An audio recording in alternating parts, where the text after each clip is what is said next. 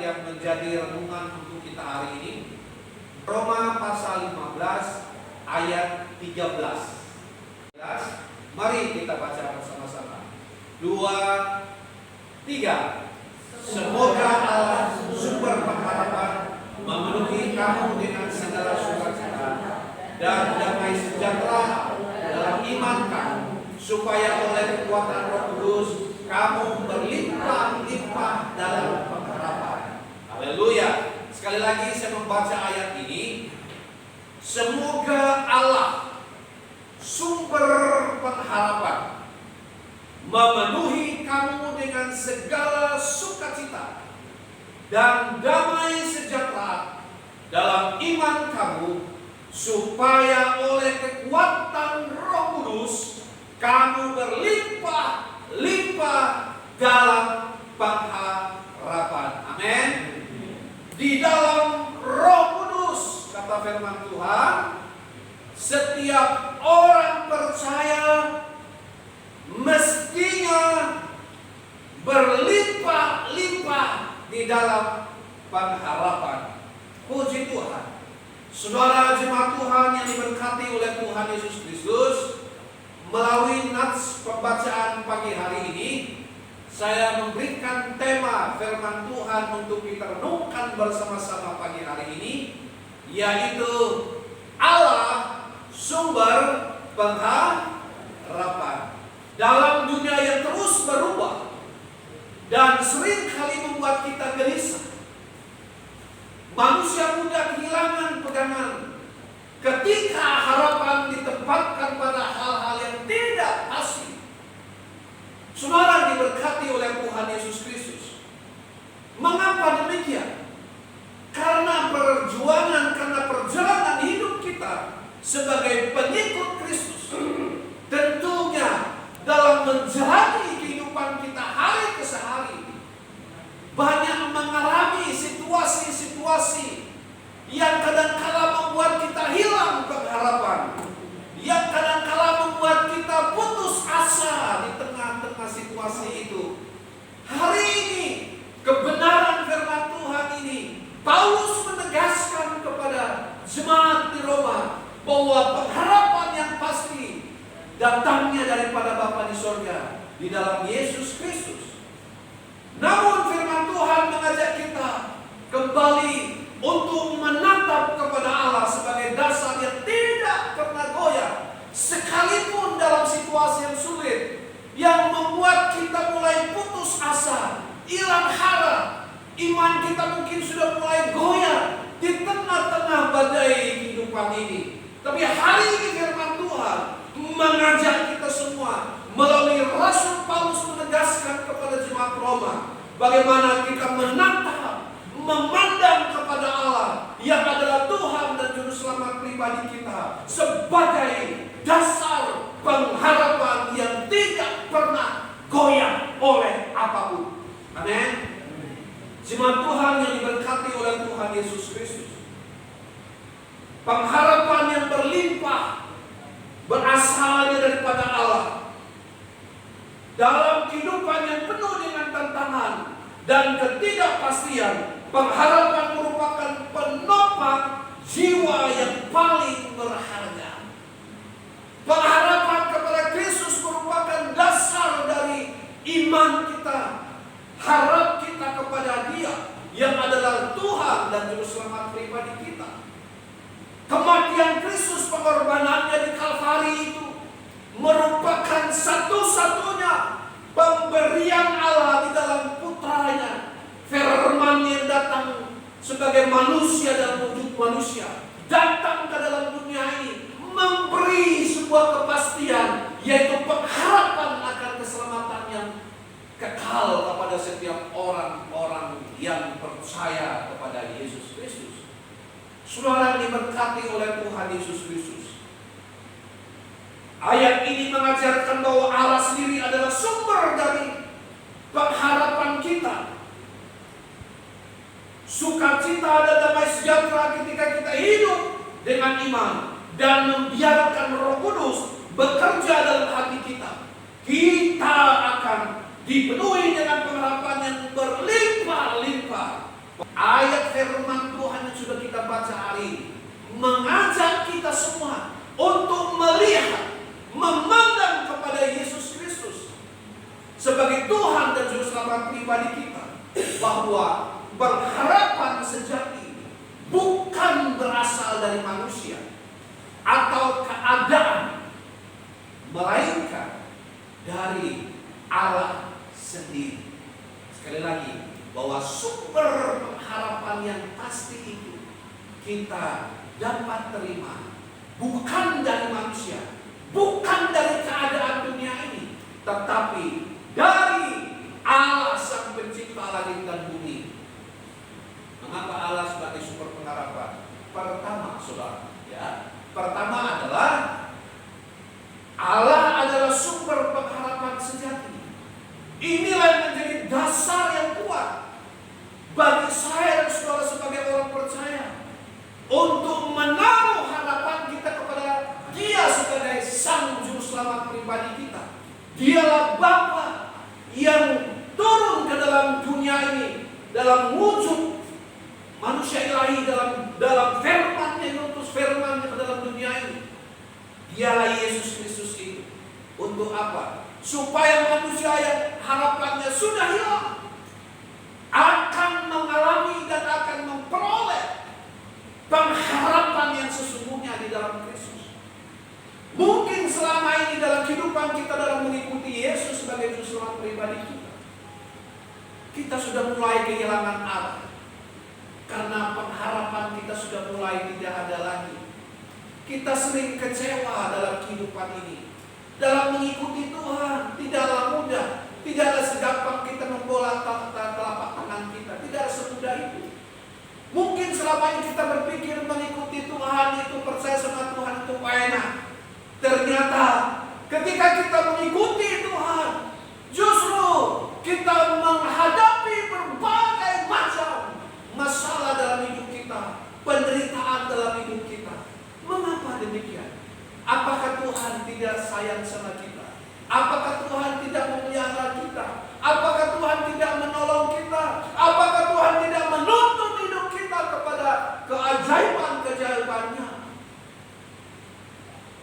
Tuhan selalu ada bersama dengan kita. Mengapa Tuhan izinkan setiap persoalan dalam hidup kita? Tentunya Tuhan mau supaya iman kita, pengharapan kita tetap ada di dalam Kristus, dan pengharapan itu kita miliki dan kita menaruh pengharapan kita kepada Dia. Hari ini firman Tuhan mengingatkan kepada kita semua, sekalipun mungkin kita hari ini dalam situasi yang tidak enak, membuat kita kehilangan arah, membuat iman kita sudah mulai goyah. Kita sudah berusaha bersedia masuk gereja, masuk bersama-sama beribadah, baca firman, berdoa, tapi kenyataan yang kita alami kok podoai, kok sama saja dengan orang-orang yang tidak setia kepada Tuhan. Mungkin itu terlintas dalam pikiran kita, dalam benak hati kita hari-hari ini. Dalam menghadapi setiap situasi kondisi itu, iblis masuk mengambil kesempatan untuk terus membuat kita lemah, untuk terus membuat kita goyah, sehingga kita hilang harapan. Saudara, hari-hari ini iblis terus mengintimidasi kita dengan membuat kita hilang harapan kepada Tuhan. Iblis menaruh yang namanya roh ketakutan. Itu kadang-kala membuat kita mulai putus asa dan tidak berdaya lagi dengan keadaan kita. Kita takut ditinggal orang yang dicintai. Kita takut kehilangan pekerjaan. Kita takut kehilangan saudara yang kita kasihi. Kita takut kehilangan semuanya. Kita takut ditolak oleh sahabat, oleh keluarga, dan oleh siapapun. Kadang-kadang situasi membuat kita hilang harapan. Kita lemah di dalam iman kita kepada Kristus. Dan hari ini firman Tuhan menegaskan kepada kita, sekalipun dalam situasi itu, jangan sampai pengharapan kita kepada Tuhan hilang. Saudara diberkati oleh Tuhan Yesus Kristus. Paulus memulai dengan menyebut Allah sebagai sumber pengharapan. Ini salah satu nasihat Paulus kepada jemaat di Roma. Ketika jemaat di Roma mengalami situasi-situasi khusus dalam kehidupan mereka, datanglah firman Tuhan ini. Paulus tulis dari perjalanan dikirimkan kepada jemaat di Roma, mengingatkan kepada mereka supaya mereka tetap kuat di dalam pengharapan mereka akan Injil, tetap kuat dalam pengharapan mereka akan firman itu. Kekuatan itu yang membuat mereka semakin hari semakin tangguh di tengah-tengah situasi yang sulit itu. Itu yang membuat mereka mengalami sukacita dan sejahtera dari Allah. Hanya fokus iman mereka kepada sumber pengharapan yang sesungguhnya, Yesus Kristus. Dalam bahasa aslinya atau dalam bahasa Yunani, kata sumber atau pengharapan itu kata elepis. Bukan sekedar harapan yang samar, tetapi kepastian yang tangguh. Elepis, elpis adalah bukan sekedar harapan yang samar, tetapi kepastian yang teguh, Bapak Ibu. Hari ini mari kita menjadi gereja Tuhan yang memiliki pengharapan yang kuat di dalam Yesus Kristus. Sehingga pengharapan itu kita miliki sebagai sumber yang pasti dan teguh kita alami dalam hidup kita. Sehingga ketika ada badai, pencobaan demi pencobaan, ujian demi ujian dalam kehidupan kita, kita tetap teguh karena ada kepastian pengharapan kita pada sumber yang pasti, ialah Yesus Kristus. Saudara yang diberkati oleh Tuhan Yesus Kristus, Allah bukan hanya memberi harapan. Sekali lagi saya mau tegaskan, Allah tidak hanya memberi harapan, namun Dia sendirilah sumber dari pengharapan itu sendiri. Amin. Allah tidak hanya memberi harapan, saudara. Seperti ada sahabat yang mungkin memberikan kita pengharapan. Dia berjanji, Mas, Om, Tante, Bapak, Ibu, bulan depan saya mau kasih rumah untuk Bapak atau Ibu. Bagaimana rasanya? Senang gak? Senang kan? Tadi jemput Pak Aziz, Pak, ini rumah di kota apa ini perumahan dan ini dijual, katanya dijual. Saya bilang sama Pak Aziz satu bolong, Pak, kalau kita ada uang, ini rumah bisa kita beli. Kami ketawa dengan sukacita di dalam mobil. Mengapa? Ketika itu menjadi milik kita dan kita bisa mendapatkan rumah itu, apakah kita bisa sukacita? Apakah kita tidak bisa sukacita? Apalagi ketika orang menawarkan, mau berjanji memberikan rumah kepada kita, senangnya kita amit-amit, saudara, ya kan? Nah, ditunggu sampai pada waktu kejadiannya 1 bulan tanggal ini, hari ini, gitu kan? Kita tunggu kalau orang muncul, sudah itu menghilang, sudah. Akhirnya saudara kita kecewa. Hanya karena orang yang memberikan kita harapan palsu, kita di PHP. Tuhan tidak pernah mem-PHP-kan umatnya. Dia tidak hanya memberikan saya saudara harapan, karena Dia sumber dari pengharapan kita. Oleh karenanya, jangan pernah sekali-kali tidak memberikan pengharapan kita kepada Yesus. Jangan sekali-kali kita tidak menaruh pengharapan kita kepada Yesus Kristus. Sebab Dialah pengharapan itu. Sebab Dialah sumber dari pengharapan itu. Banyak pengharapan dari dunia ini. Banyak tawaran-tawaran dari dunia ini memberikan kita sebuah harapan. Semuanya hanya pengharapan atau semua adalah harapan palsu. Tapi harapan yang sesungguhnya berasal daripada Bapa di surga.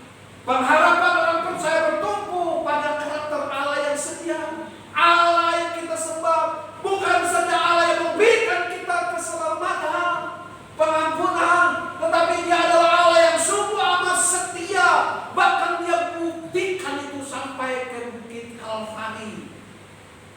Itu salah satu bukti bahwa Dia adalah Allah, bukan saja kasih, tetapi Dia adalah Allah yang setia dengan firman-Nya. Ia buktikan sampai di Kalvari.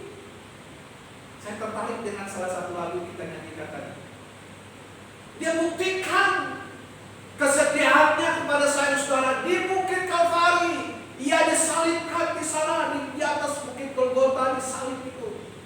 Membuktikan bahwa Dia tidak hanya mengasihi saya saudara, tapi Dia adalah Allah yang setia sampai mati. Sekalipun manusia tidak setia kepada Allah, namun Allah tetap setia. Puji Tuhan.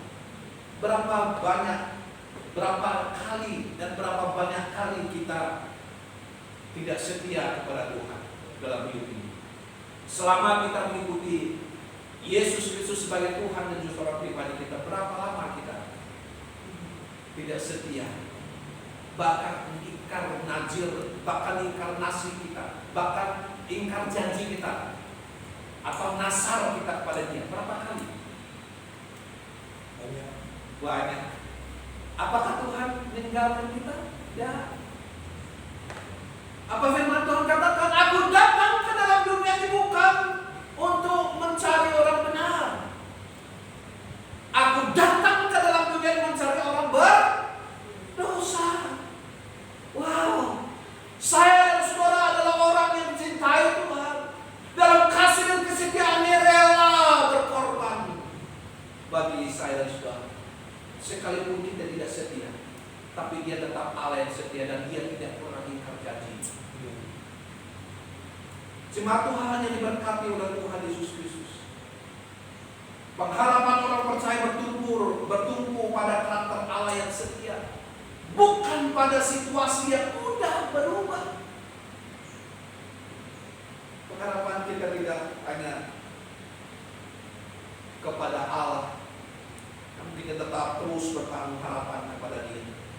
Ketika kita memandang kepada-Nya dan menaruh pengharapan kita kepada Tuhan, maka kita akan menemukan dasar yang kokoh untuk melangkah bersama dengan Tuhan. Jemaat yang diberkati oleh Tuhan Yesus Kristus, untuk tetap kuat melangkah tegak bersama dengan Kristus, sekalipun dalam situasi yang tidak mudah, kita tetap melangkah dengan kokohnya bersama dengan Tuhan. Maka dasar yang paling pokok yang kita lakukan, yang mesti kita lakukan adalah menaruh setiap pengharapan kita kepada Dia, memandang kepada Dia sebagai Tuhan dan Juru Selamat. Hanya kepada Dia kita mengalami kemenangan, sukacita, damai sejahtera. Ketenangan kita alami di dalam Dia jika hidup kita selalu dekat dengan Allah. Itulah sebabnya Daud mengatakan dalam Mazmur itu, hanya dekat Allah saja aku tenang. Sekalipun dunia ini membuat kita tidak tenang, boleh setiap keadaan hari-hari membuat kita tidak nyaman, tidak tenang, tapi hari ini firman Tuhan katakan, Dia adalah Allah yang membuat kita semakin hari semakin tenang dalam melewati berbagai macam situasi itu. Oleh karenanya, naruhlah pengharapan kita kepada Dia. Itu sebabnya Daud mengatakan, aku tenang, hanya dekat Allah saja aku tenang. Dan pujian itu mengatakan bahwa hanya dekat Allah saja aku tenang, daripada nyala keselamatanku. Hanya satu-satunya pengharapan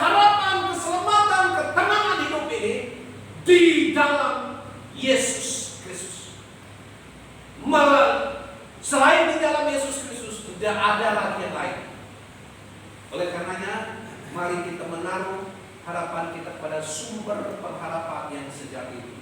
Yang kedua, mengapa Allah sumber pengharapan? Yang kedua, di dalam ayat tadi, yang kedua, sukacita dan damai sejahtera Allah mengalir dalam iman. Haleluya. Saudara, di tengah-tengah kesulitan hidup kita, biarlah pengharapan kita tetap kokoh, teguh di dalam Yesus Kristus, kepada Tuhan Yesus Kristus. Biarlah sukacita dan damai sejahtera Allah itu terus mengalir dalam hidup kita.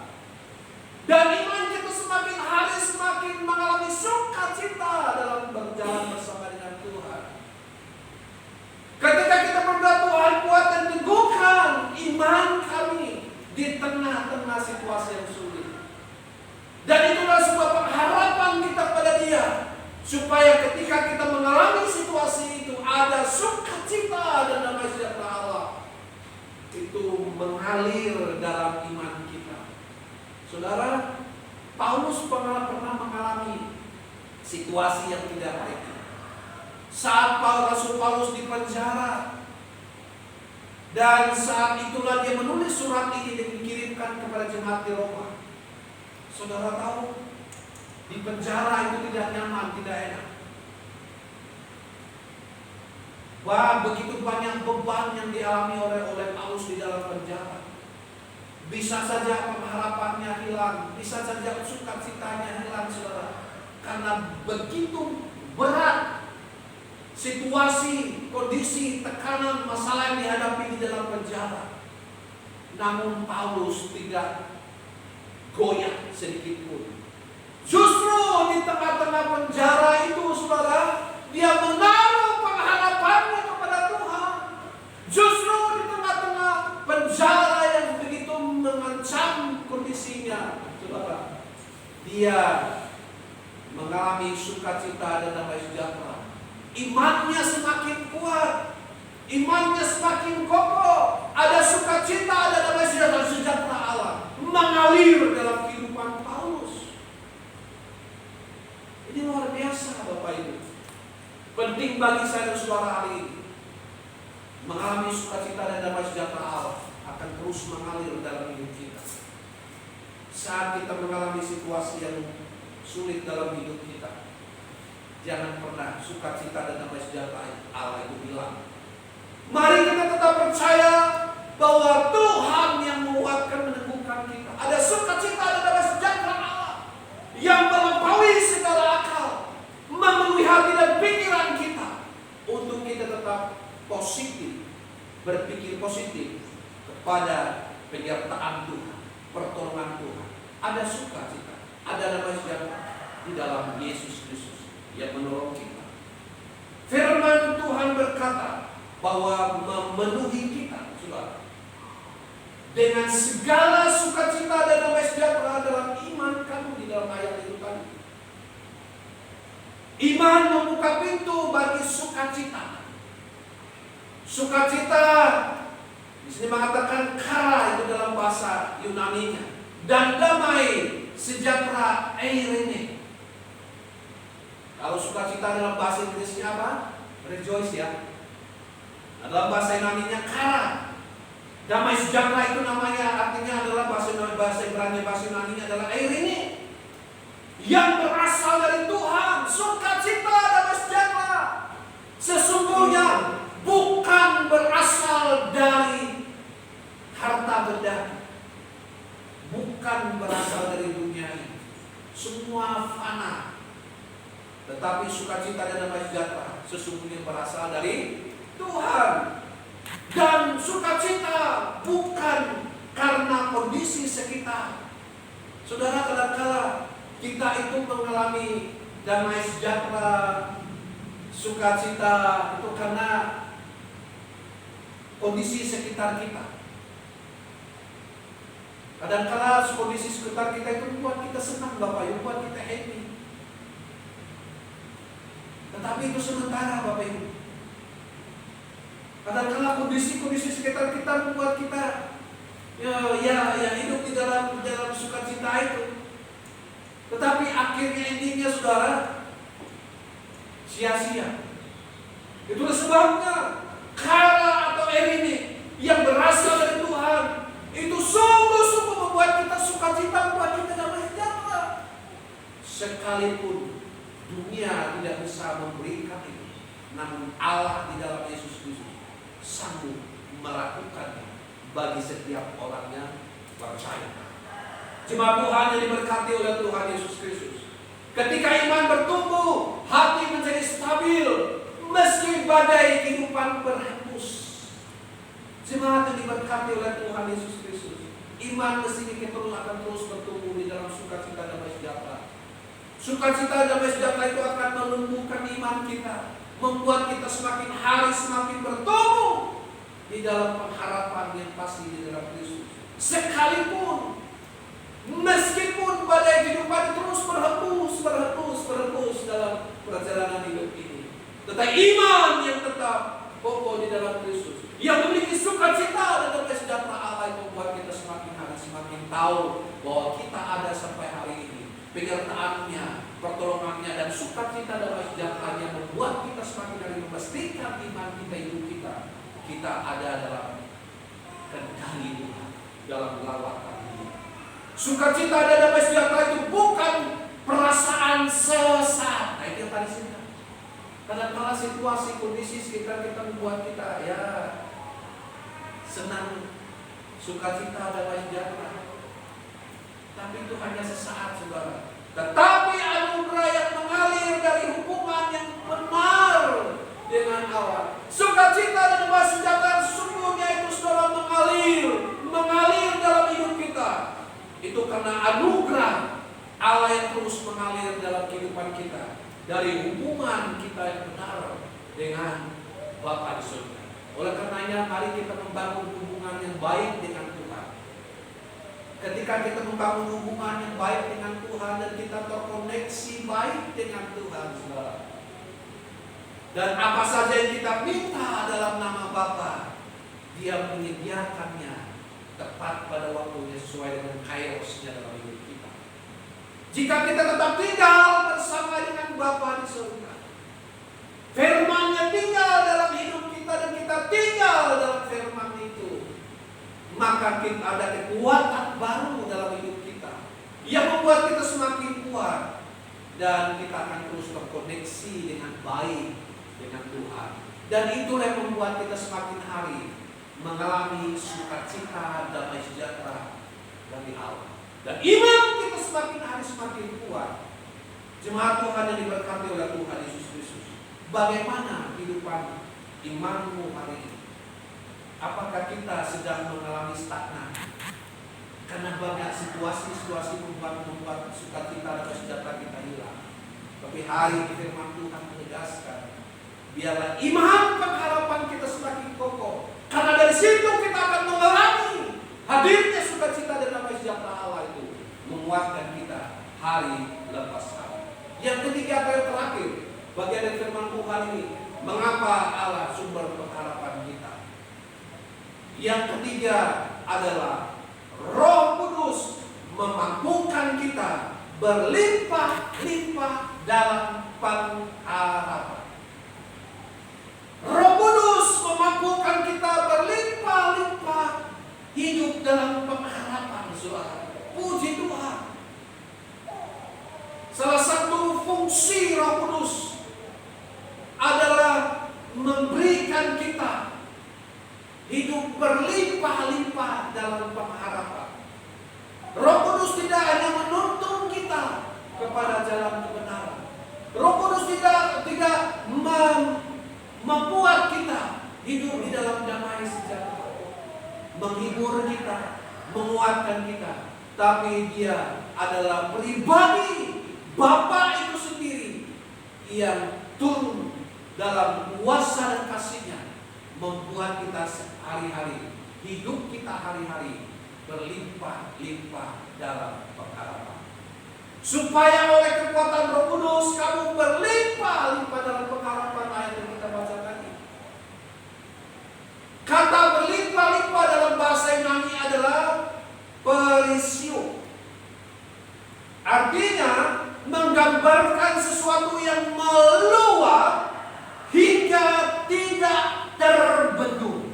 Ini sebuah gambaran kelimpahan pengharapan itu berlimpah-limpah dalam hidup orang percaya. Menggambarkan sesuatu yang meluap hingga tidak terbendung. Saudara, ketika kita membuka keran air, lalu kita menyediakan sebuah wadah di situ, katakan tong, ya, ember yang gede, yang kecil, kita coba isi air di situ. Air keran itu kita buka, itu akan terisi tong itu. Air akan terisi dalam tong itu, saudara. Lama-lama air itu akan meluber keluar dari tong itu. Artinya sudah penuh, berlimpah-limpah sudah air di dalam itu. Itulah membuat air itu keluar dari tong tersebut. Ini sebuah gambaran yang sangat sederhana dalam kehidupan kita sebagai orang percaya, bagaimana Roh Kudus melimpahkan pengharapan itu bahkan sampai meluap dalam hati dan hidup kita. Dan itu yang memampukan kita tetap berharap kepada Kristus. Dan itu yang memampukan kita untuk bersyukur kepada Bapa di surga. Ini yang membuat orang Kristen. Inilah uniknya orang Kristen. Saudara, Tuhan ajarkan kita, orang kekasih kita dipanggil oleh Tuhan meninggal dunia. Tuhan ajarkan kita itu apa? Bersyukur, menerima keadaan itu. Ini bertentangan dengan hati kita. Tetapi firman Tuhan mengingatkan kepada kita bahwa pengharapan yang melimpah-limpah dari Roh Kudus itulah yang memampukan kita untuk tetap bersyukur sekalipun keadaan kita tidak baik-baik saja.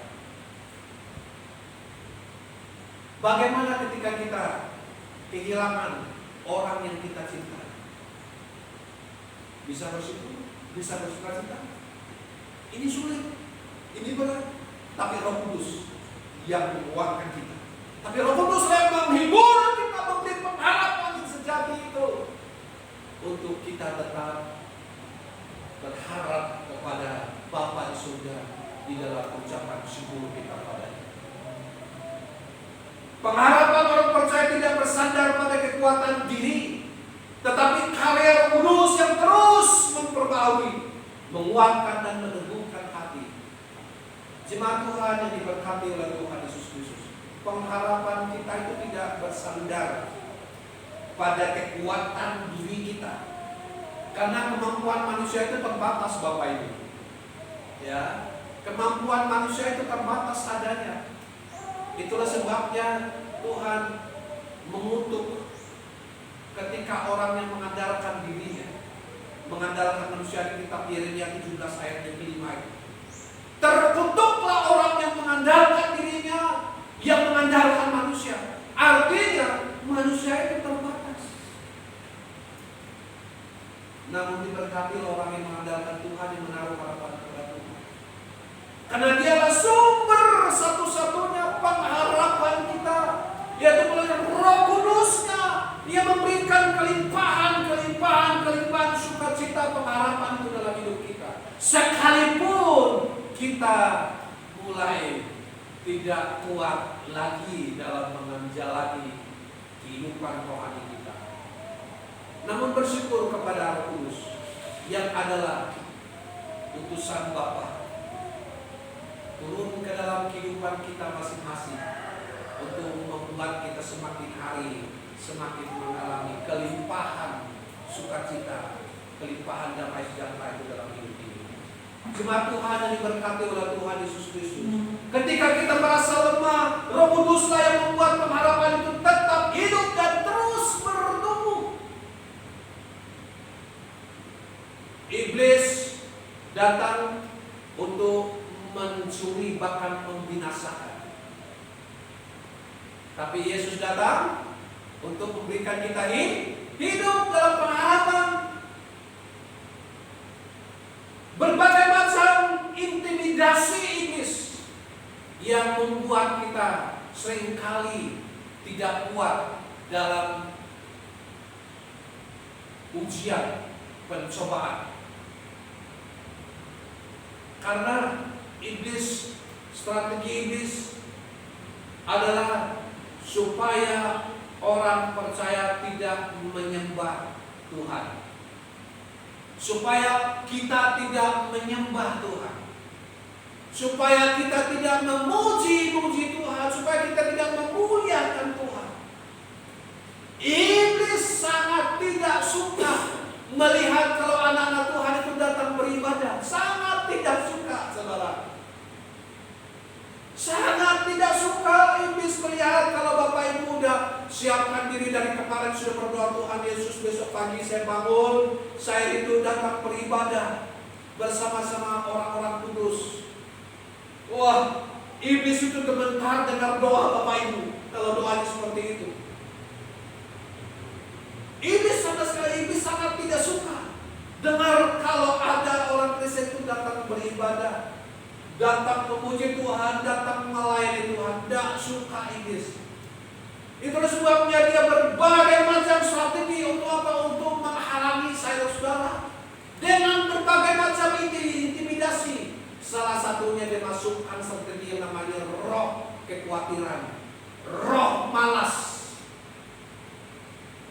Ya, dia masukkan itu supaya kita tidak mau, supaya kita tidak datang beribadah.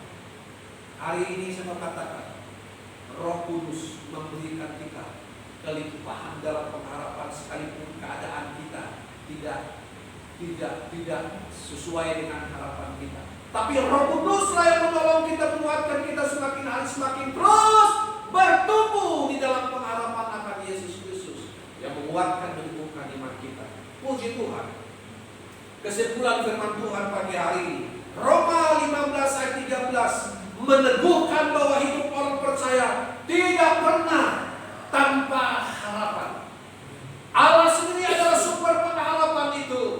Ia memenuhi kita dengan sukacita dan damai sejahtera ketika kita berjalan dalam iman.